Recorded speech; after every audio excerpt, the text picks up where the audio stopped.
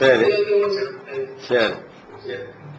அதாவது குர்ஆன் விஷயத்தை பின்பற்றணுங்கிறதுல மாற்றுக்கிறது கிடையாது. இருந்தாலும் ஒரு ஒற்றுமையை கருத்தில் கொண்டு நம்ம எல்லாருமா கூடி ஒரே நாள்ல பெருநாள் தொழுகிறது அது வந்து நல்லதுதானே என்கிற மாதிரி கேட்கிறாங்க. இப்ப நல்லதுதானே என்று எந்த விஷயத்தை நீங்க முடிவு செய்யறதா இருந்தாலும் அதுவும் குர்ஆன் ஹதீஸ்ல இருக்கிறதா இருக்கணும். இப்ப நபிகள் நாயகம் ஸல்லல்லாஹு அலைஹி வஸல்லம் அவர்கள் வந்து இப்படி சிந்திச்சாங்களா? நீங்க சிந்திச்ச மாதிரி எப்படி அனைவரும் ஒரே நாள்ல தான் பெருநாள் கொண்டாடணும் என்று நம்ம சிந்திக்கிறோம்ல. ஒற்றுமையை பத்தி உங்களுக்கு இருக்கிற எனக்கு இருக்கிற அக்கறையை விட ரசூல் ஸல்லல்லாஹு அலைஹி வஸல்லம் கூடுதல் அக்கறை இருக்குமா இருக்காதா? கண்டிப்பா கூடுதல் அக்கறை இருக்கும். அவங்க என்ன பண்ணல, மதீனாவுல பெற பார்த்த உடனே அதுக்குன்னு ஒரு 50 பேரை ரெடியா வச்சு குதிரையில ஏத்தி விட்டு போய் அம்புட்டு ஊர்ல சொல்லிட்டு வான்னு சொன்னாங்களா? மதீனாவுல பெறைய பார்ப்பாங்க, மதீனாவுல நோன்பு வைப்பாங்க, மதீனாவுல பெருநாள் கொண்டாடுவாங்க.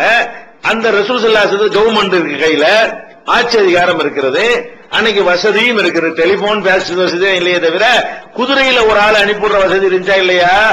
மகரிப் ஆனவன மக்கள் எல்லாம் கூட்டி வச்சுக்கிற வேண்டியது, எல்லாம் ரெடியா குதிரையில உட்காந்துக்க.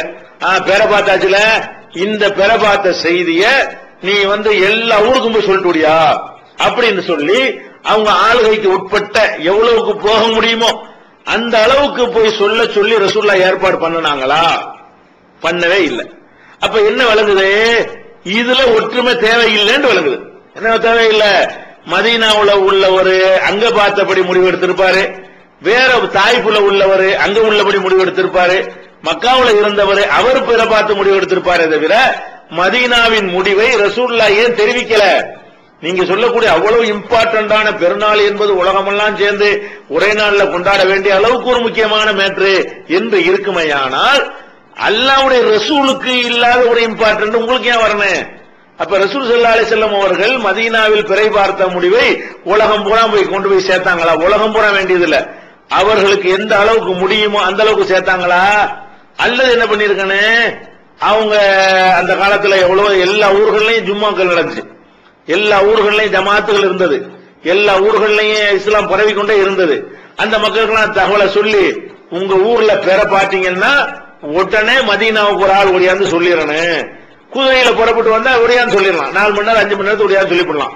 அந்த அளவு தூரத்தில் உள்ள ஊர்களுக்காவது ரசூல் ஸல்லல்லாஹு அலைஹி வஸல்லம் அவர்கள் கட்டளை போட்டாங்களா? நீங்க பெற பார்த்தா உடனே என்கிட்ட வந்து சொல்லிவிடணும். அப்ப இவங்க பெற பார்த்ததையும் உலகம் பூரா கொண்டு போகல, உலகம் பூரா பெற பார்த்ததையும் என்கிட்ட கொண்டு வாங்கன்னு ஆர்டர் பண்ணல. வேற எப்படி பண்ணாங்க? எப்படி அழகான ஆர்டர் பாருங்க. சூமூல் ருயத்திஹி, பெற பார்த்து நோம்பு வையுங்க. அஃப்திரூல் ருயத்திஹி, பெற பார்த்து நோம்பு விடுங்க. இன் உம்ம அலைக்கும், உங்களுக்கு மேகமூட்டம் ஏற்படுமையானால் ஃபஅக்மிலுல் இத்தத ஸலாதீன், ஃபஅக்மிலு இத்தத ஷஅபான ஸலாதீன், ஷஅபான் மாதத்தை வந்து 30 நாள் என்று நினைத்துக் கொள்ளுங்கள், பூர்த்தியாக்கிக் கொள்ளுங்கள்.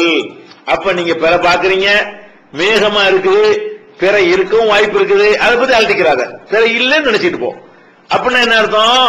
மேகம் இல்லாத ஊருக்கு ஒரு சட்டமாகவும் மேகம் இருக்கிற ஊருக்கு ஒரு சட்டமாகவும் அன்னைக்கு மாறுமா? மாறி இருக்காதா? ரசூல் ஸல்லல்லாஹு அலைஹி வஸல்லம் சொன்ன இந்த வாசகத்தின் மூலமாக பிறையை ஏறி பார்க்கிறாங்க. தெரிஞ்சவங்க பிறைய நோன்பு வைப்பாங்க, தெரியாதவங்க நோன்பு வைக்க மாட்டாங்க. மேகத்தின் காரணமாக தெரியல என்று சொன்னா நோன்பு வைக்க மாட்டாங்க.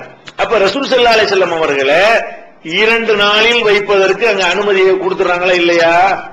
ஒரே நாள்ல வரணும்னு அவங்களுக்கு இல்லாத ஒன்று நமக்கு என்னத்துக்கு? இது ஒரு தப்பு.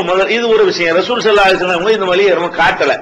இன்னும் சொல்ல போனா ஒரு இஸ்லாமும் ஒரு குர்ஆனும் ஒரு அல்லாஹ் ஒரு ரசூல் ஒரு சூரியன் ஒரு சந்திரன் என்னமோ பெரிய டயலாக் எல்லாம் விடுவாங்க. அப்ப இது வந்து இதுக்கு ஏதாவது சம்பந்தம் இருக்குதா? சந்திரன் எப்படி ஒன்னா இருக்குது, சூரியன் ஒண்ணுதானே. அப்ப நீங்க கனடாவுல உள்ள நேரத்துல நம்ம நேரம் ஒன்னாவா இருக்குது? நாங்க காலையில உட்காந்துருக்கோம், நீங்க ராத்திரில உட்காந்துட்டு இருக்கிறீங்கள. அப்ப நாங்க வந்து இஷா தொழுவோம், நீங்க சுபு தொழுவுறீங்க.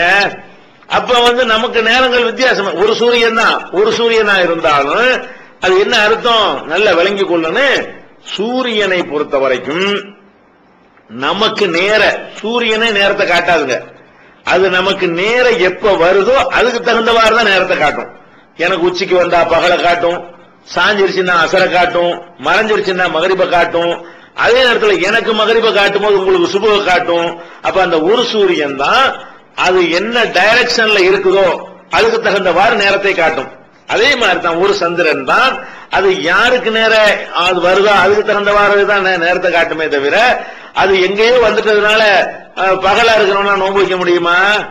அது அவன் பகுதிக்கு வரக்கூடிய நேரத்தில் தான் அதை நம்ம எடுத்துக்கொள்ள முடியும். உதாரணமா எடுத்துக்கிட்டீர்களே, ஆனால் கிரகணத்துக்குன்னு ஒரு தொழுகை இருக்கிறது, சந்திர கிரகணத்துக்கு ஒரு தொழுகை இருக்கிறது. இப்ப நீங்க அமெரிக்காவில் கனடாவில் இப்ப சந்திர கிரகணமா இருக்குன்னு வச்சுக்கணும். ஒரு பேச்சுக்கு நீங்க சந்திர கிரகணம் நாங்க பாத்துட்டு இருக்கணும்னு எனக்கு போன் பண்றீங்க, நான் தொழுவணுமா? உனக்கு சந்திர கிரகணமா தான் நீ தொழுவப்பா, எனக்கு பகல்ல நான் உட்கார்ந்துட்டு இருக்கிறேன், நான் எப்படி சந்திர கிரகணம் அப்படித்தான் நான் சொல்லுவேன். உங்களுக்கு ராத்திரியில சந்திர கிரகணம் ஏற்படுதுங்க, நீங்க சந்திர கிரகணத்தை வானத்துல நீங்க பாக்குறீங்க, பார்த்து எனக்கு போன் பண்ணி சொல்றீங்க, என்ன சொல்றீங்க? இந்த மாதிரி கனடாவில் நாங்க சந்திர கிரகணத்தை பாக்குறோம், நான் என்ன பத்துவா கொடுக்கணும்? சந்திர கிரகணத்தை பார்த்தா நீங்க சந்திர கிரகணம் தொழுவுங்க, நாங்க தொழுவ மாட்டோம். ஒரு சந்திரன் தான், ஒரு சந்திரன்டாலும் நாங்க பகல்ல உட்கார்ந்துட்டு இருக்கிறோம், எங்களுக்கு சந்திர கிரகணம் வரணும். அது இரவுல இருந்தால் கூட ஒரு பகுதிக்கு சந்திர கிரகணம் தெரியும், ஒரு பகுதிக்கு தெரியாது. தெரியறவன் தொழுவனும் தெரியாதவன் தொழுவ கூடாது. இப்படித்தானங்க புரியணும். அப்ப சந்திரன் நேரத்தை காட்டுவது என்றால் சந்திரன் அதனுடைய டைரக்ஷனை பொறுத்துதான் காட்டும்.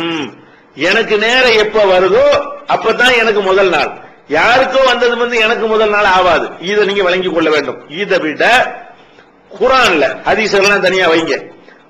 குர்ஆன்ல ஒரு அடிப்படையான ஒரு விஷயத்தை அல்லாஹ் சொல்லி காட்டுறான். என்ன சொல்றான்? ஷஹ்ரு ரமலான், ரமலான் மாசம் இருக்கிறது, அல்லது உன்சில பிஹில் குர்ஆன், அந்த மாசத்தில் தான் குர்ஆன் அருளப்பட்டது. முதல் நின்னாஸ், அது மனிதனுக்கு நேர் வழி காட்டும். உபையினாத்தி மினல் ஹுதா வல் ஃபுர்கான், அது நேர் வழியை தெளிவா காட்டும். இப்படின்னு சொல்லிட்டு அல்லாஹ் சொல்றான், ஃபமன் ஷஹித மின்குமுஷ் ஷஹ்ர, உங்களில் யார் அந்த மாதத்தை அடைகிறாரோ, இந்த ஷஹித என்பதோடு சேர்த்து மாதம் வாரம் நாளுன்னு சேர்த்துட்டோம்னா அடையுதல் என்று அர்த்தம். ஷஹித்துல் ஜும்மா, ஜும்மாவை அடைந்தேன் அப்படின்னு அர்த்தம். சாட்சி சொல்றன்னு அர்த்தம் வழங்காம சொல்லுவாங்க. அது வெறும் ஷஹிதாவுக்கு தான் அப்படி வரும், வழங்குதா? இதுல என்ன வருது? ஃபமன் ஷஹித மின்குமுஷ் ஷஹ்ர, உங்களில் யார் அந்த மாதத்தை அடைகிறாரோ ஃபல்யஸ்முஹு, அவர் நோன்பு நோற்கட்டும். இப்ப நல்லா கவனிக்கணுங்க, அல்லாஹ்வுடைய அந்த வாசகம் எதை சொல்லுது? ரமலான்ல குர்ஆன் அல்லாஹ் இறக்கிட்டான், நோன்பு வைக்க சொல்லும்போது அல்லாஹ் என்ன சொல்றான்னு கேட்டா, யார் அடைகிறாரோ அவர் நோன்பு நோற்கட்டும். எல்லாரும் ஒரே நேரத்தில் அடைஞ்சா அந்த வார்த்தையை சொல்லலாமா? அனைவரும் ஒன்னு அடைவோமே, யார் அடைகிறாரோ அவர் நோன்பு நோற்கட்டும் சொன்னா அனைவரும் ஒரு நேரத்தில் அடைவது கிடையாது. நான் அடைகிற நேரத்தில் நீங்க அடைய முடியாது, நீங்க அடையும் நேரத்தில் நான் அடைய முடியாது. இப்ப சவுதியில பெற பார்த்துட்டான்னு வைங்க, சவுதியில பெற பார்த்தான்னு சொன்னா அடுத்த நாள் சுத்திக்கிட்டு வரும்போதுதான் எனக்கு அந்த பெற தெரியும், கொஞ்சம் பெருசா கூட தெரியும். அவன் பார்த்து நீ கட்டுப்படுத்தாது, அவன் அடைஞ்சா நான் அடையல. அப்ப அல்லாஹ் என்ன சொல்றான்னு கேட்டா, ரமலானை எல்லாரும் ஒரு நேரத்தில் அடைவார்கள் என்று சொன்னா இந்த சொல்ல பயன்படுத்தலாமா? எந்த சொல்ல? யார் அந்த மாதத்தை அடைகிறாரோ, அப்ப அந்த யார் அந்த மாதத்தை அடைகிறாரோங்கிற வாசகத்தை இல்லாட்டா கூட ரமலான்ல நோன்பு கடமைன்றது அந்த வாசகம் இல்லாட்டா கூட இந்த அர்த்தம் வந்துடும். ரமலானில் தான் குர்ஆன் அருளப்பட்டது, அந்த மாசம் நோன்பு வச்சுட்டு போன அல்லாஹ் சொல்லல. எப்படி சொல்றான்? அந்த மாசத்தில் நோன்பு வச்சுட்டு போன்னு சொல்லாம, யார் அந்த மாதத்தை உங்களில் அடைகிறாரோ அவர் நோன்பு வைக்கட்டும். அப்ப ஒருவர் அடைந்து ஒருவர் அடையாமல் இருப்பார். அது வழங்குதா இல்லையா? அந்த குர்ஆனே உங்களுக்கு சொல்லுகிறது எல்லாரும் ஒரு நேரத்தில் அடைய இயலாது, அவ்வளவு வேண்டியது இல்லைங்க. இரவு பகல் குறைஞ்சபட்சம் இருக்குதுல்ல. இப்ப நீங்க பெருநாள் தொழுகை பகல்லான தொழுவீங்க, இப்ப நீங்க பகல்ல தொழுக, நாங்க ராத்திரில தானே இருப்போம், எங்களுக்கு அடுத்த நாள் தானே வரும். இயற்கையாவே 2 நாள் தானே வரும்ங்கிறேன். அப்ப நீங்க பகல் நேரத்துல நீங்க காலையில பெருநாள் தொழுவ தொழுவுறீங்க, பெருநாள் தொழுவதா எங்களுக்கு சொல்றீங்க. நாங்க ராத்திரில தான் இருப்போம், நாங்க எப்ப தொழுவோம்? விடிஞ்சதானே தொழுவ முடியும், விடிஞ்சா அடுத்த நாள போயிருமே. அப்ப நம்மளுக்கு உங்களுக்கு உள்ள அந்த அரை நேரம் ஒரு கிழமையை தள்ளி விட்டுருமே. அப்ப நம்ம சாத்தியமே கிடையாது. எல்லாரும் ஒரு நேரத்தில் அடைகிறதா இருந்தா பூமி தட்டையா இருந்தா தான் முடியும். பூமி தட்டையா இருந்து சூரியன் உதிச்சிருச்சுன்னா எல்லாருக்கும் உதிச்சிச்சு, எல்லாருக்கும் மறைஞ்சுன்னா இருக்கணும். ஆகு பூமியா இருந்தா தான் முடியுமே தவிர உருண்டை பூமியில் இது சாத்தியமாகாது. உருண்டையா இருக்கக்கூடிய சுத்திக்கிட்டு இருக்கிற பூமியில அனைவரும் ஒரு நேரத்தில் எதையும் அடைய முடியாது, ஒவ்வொருவரும் மாறி மாறி தான் அடைவார்கள். அப்ப நீங்க நான் சவுதியில நோன்பு திறக்கிறத கேள்விப்பட்டு நான் நோன்பு திறக்கலாமா? சவுதியில சூரியன் மறைஞ்சிருச்சா நாங்கள் நோன்பு திறக்கிறோம் சொல்ல முடியுமா? நீ நீந்துறப்பா உனக்கு மறைஞ்சா நீந்துற எனக்கு மறையும் போது நான் துறப்பேன் அப்படித்தானே சொல்றோம். சூரியன் ஒன்னா இருந்தா கூட அவரவருக்கு உதிக்கும் பொழுது அவரவர் அந்த வேலையை செய்ய வேண்டும். அவரவர் உச்சிக்கு வரும் பொழுது அதற்குரிய வேலையை அவர் செய்ய வேண்டும். அவரவருக்கு மறையும் பொழுது அதற்குரிய வேலையை செய்ய வேண்டும். அதுபோலதான் சந்திரனும் அவரவருக்கு நேர் எப்போது முதலில் வருமோ அது முதல் நாள். எனக்கு நேரம் எப்ப முதல் வருமோ அப்பதான் எனக்கு முதல் நாளே தவிர உங்களுக்கு நேரம் முதல் வந்தது எனக்கு முதல் நாள் ஆவாது. இதுதான் ஹதீசுகள்ல இருந்து விளங்குறது. பிறை ஓர் விளக்கம் என்கிற தலைப்புல ஒரு நூல் ஒண்ணு நம்ம இணையதளத்துல வெளியிட்டு இருக்கிறோம். அதுல பாத்துக்கலாம். நூல்கள்ங்கிற தலைப்புல போய் அந்த புக்கை முழுசா படிங்க, உங்களுக்கு எல்லா சந்தேகமும் தீரும்.